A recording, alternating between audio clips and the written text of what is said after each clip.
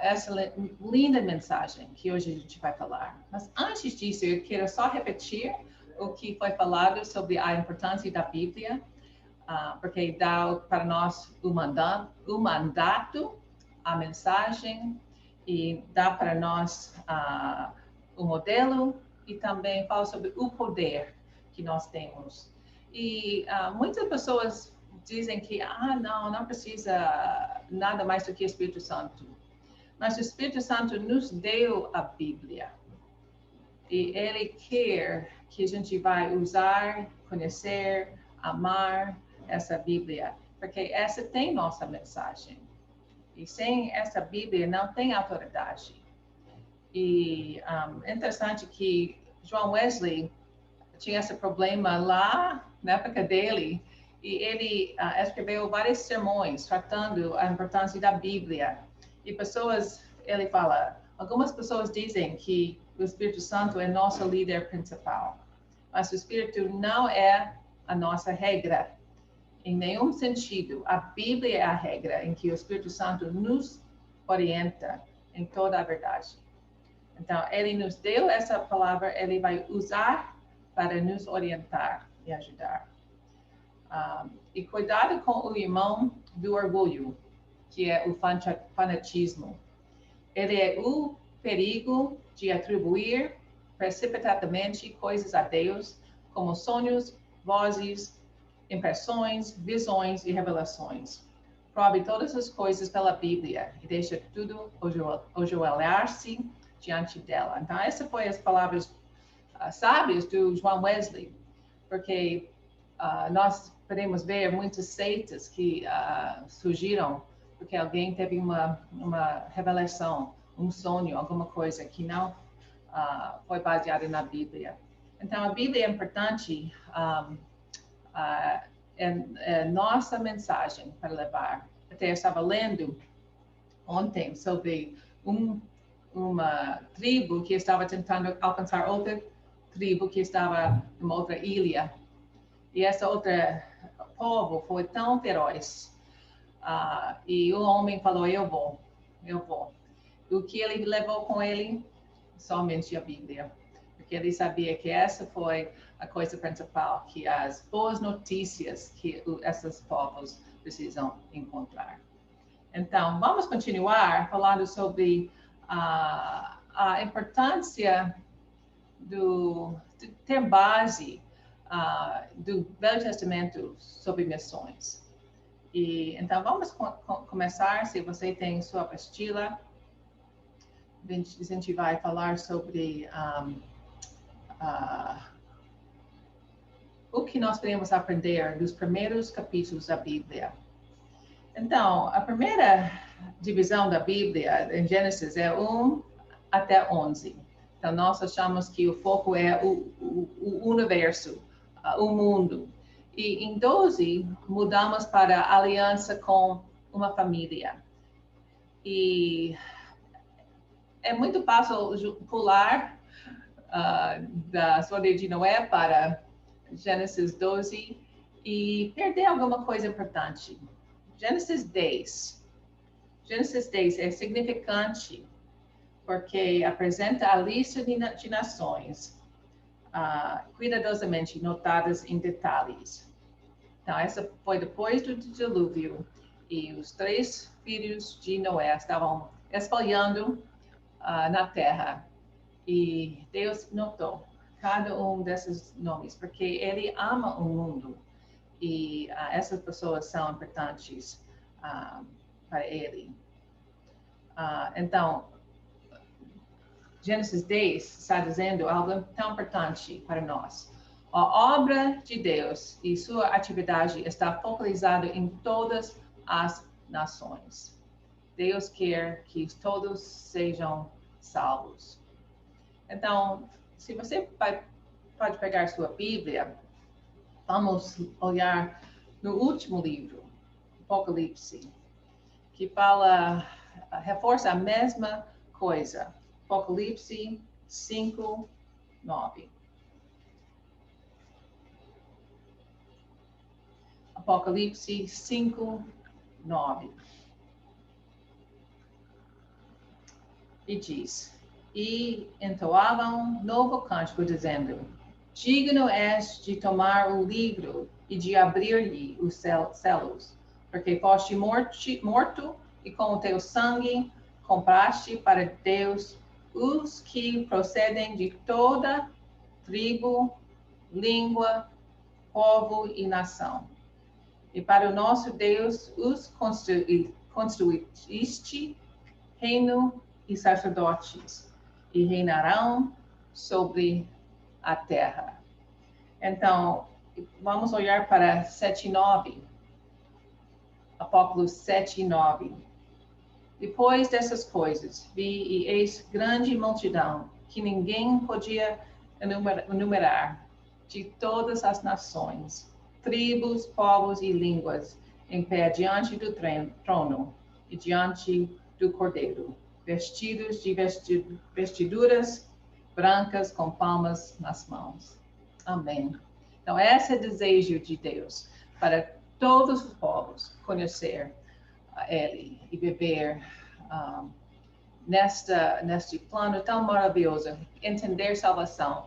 E não somente ser salvos, mas para andar com Ele, conhecer esse Deus tão pessoal. E interessante, quando eu estava lendo, estudando Gênesis, porque eu estou dando aula de Pentateuco, quando eu encontrei alguma coisa interessante em Gênesis 11, eu fiquei perturbada. Então, versículo Gênesis 11:31. Tomou Tera, Abrão, seu filho, e Aló, filho de Arã, filho de seu filho, e a Sarai, sua nora, mulher de seu filho Abrão, e saiu com eles de Ur dos Caldeus para ir à terra de Canaã. Foram até Arã, onde ficaram.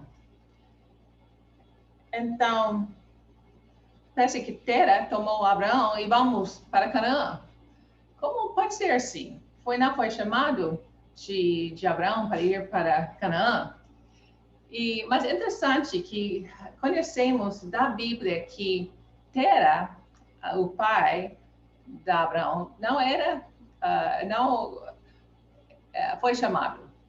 E até fala se você vai olhar em Josué 24, vai dizer mais sobre o pai de Abraão. Então, Josué 24, versículo 2, fala que antigamente vossos pais, Tera, pai de Abraão, e de Naor, habitaram da além dos Eufrates e serviram a outros deuses.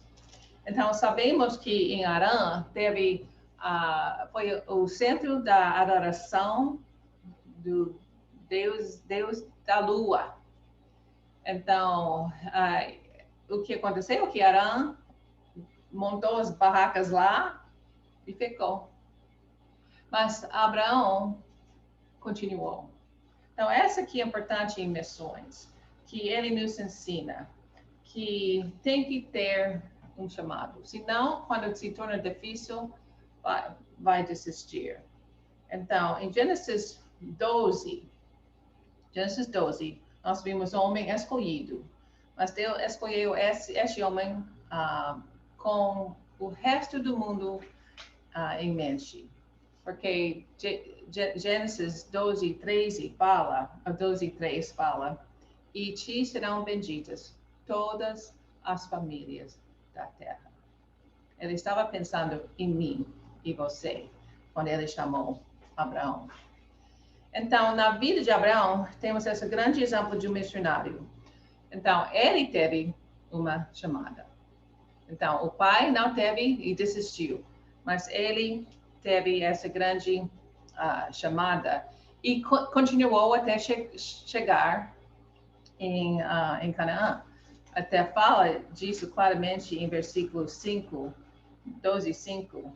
E levou Abraão consigo a Sarai, sua mulher, e a Ló, filho de seu irmão, e todos os bens que haviam adquirido, e as pessoas que cresceram em Arã partiram para a terra de Canaã, e lá chegaram. Então, ele chegou. Então, essa é importante de ter uma chamada, que você vai continuar até o fim. Então, eu gosto de contar uma história na minha vida. No primeiro período aqui, enfrentamos muitas dificuldades com idioma e nasceu 2 filhos e logo depois da nossa chegada aqui, os outros missionários saíram, então tudo caiu nas ombros do meu marido. Ele trabalhava até na madrugada, acordou cedo, e então foi uma loucura. E realmente eu tinha muito ressentimento no meu coração. Senhor, isso é difícil demais para mim. E Deus foi tão precioso. Ele falou para mim, para que ele fala as coisas, confirmando. Ele falou, mas eu te chamei. Eu chamei você. Não somente pastor Tomás. Eu chamei você. Então, essa chamada é para você obedecer e cumprir. Então, foi tão precioso, porque às vezes tem um marido ou a esposa que tem chamado e outro não tem. Isso é difícil, é perigoso realmente, porque quando se torna difícil, um pode desistir. Então, eu me lembro, Deus me chamou quando eu estava fazendo o seminário, antes de encontrar Tomás. Então, essa chamada foi muito importante para mim, porque eu senti muito firme nessa chamada. Depois, Deus me lembrou que Ele me chamou para ser missionária. Então, essa chamada é importante. Vai nos ajudar, como ajudou Abraão quando se tornou difícil. Ok, então ele teve chamado, então ele não desistiu quando se tornou difícil. Outra coisa que eu amo sobre a vida de Abraão, e para onde ele foi, ele edificou altares, e não casas, prédios. Ele só deixou uma marca na terra, esses altares. Então, ele desmontou as tendas facilmente. Não como Arã, que ficou em Arã, Terra que ficou em Arã, ele queria ficar lá. Mas Abraão estava disposto de ir onde Deus chamou ele. Então, como missionário bom, ele foi sempre pronto para mudar. Então, tem que sempre fazer o que o Senhor chama e ser pronto para mudar se o que Deus quer. Eu amo que Deus nos deixou morar aqui por 28 anos e é uma bênção para investir estes anos neste país maravilhoso. Ok, então ele deixou Abraão nada de si mesmo, só edificou um altar aqui, um altar lá, e deixando uma lembrança física da sua fé para todos verem. Então, de Abraão veio o povo de Israel. Então, nós vimos isso em Êxodo. Através de Israel, Deus tinha um propósito de abençoar o mundo. Abençoar o mundo. E eram uma minoria para servir a maioria. Então, Deus queria usar esse povo para alcançar, influenciar os outros povos. Então, em Êxodo 19, 6, Deus chama o povo de Israel para ser um reino de sacerdotes. Não um grupo, mas todos eles para ser uma nação santa. Então, um reino de sacerdotes, para ser aquelas pessoas que vão ligar Deus com os outros povos. E terminando assim, aqui, eu quero só enfatizar que Israel não ficou fiel. Eles esqueceram esse propósito muitas vezes. E Deus chamou os profetas para chamar eles de novo, e de novo, e de novo. Então, o que eu acho que é interessante, quando ele estava em cativeiro, Isaías, ele colocou, mais uma vez, diante do povo, o propósito deles. Então, se você vai abrir sua Bíblia em Isaías 2, versículo 3. Então, essa que Deus quer, como Deus quer usar Israel. Isaías 2, 3. Irão muitas nações e dirão: vinde e subamos ao monte do Senhor e à casa do Deus de Jacó, para que nos ensine os seus caminhos e andamos pelas suas veredas, porque de Sião sairá a lei e a palavra do Senhor de Jerusalém. Então, esse é o propósito de Israel. Se você vai até ir para Zacarias, esse depois de cativeiro, e Deus precisava reforçar de novo o propósito de Israel. Então, lendo em Zacarias 8, 20, 8:20. Assim diz o Senhor dos Exércitos, ainda sucederá que virão povos e habitantes de muitas cidades, e os habitantes de uma cidade irão à outra, dizendo: vamos depressa suplicar o favor do Senhor e buscar o Senhor dos Exércitos. Eu também irei. Virão muitos povos e poderosas nações buscar em Jerusalém ao Senhor dos Exércitos e suplicar o favor do Senhor. Assim diz o Senhor dos Exércitos: naquele dia sucederá que pegarão 10 homens de todas as línguas das nações, pegarão sim na orla da veste de um judeu e dirão: iremos convosco, porque temos ouvido que Deus está convosco. Então, esse foi o propósito de Israel. E ainda que Deus usou esse povo, ele conseguiu manter essa pequeno grupo para chegar até o Novo Testamento, onde ele teve mais revelações para mostrar a vontade dele. Mas começou em Gênesis 12, com esse chamado de Abraão para abençoar o mundo. Então, o próximo vídeo vai falar sobre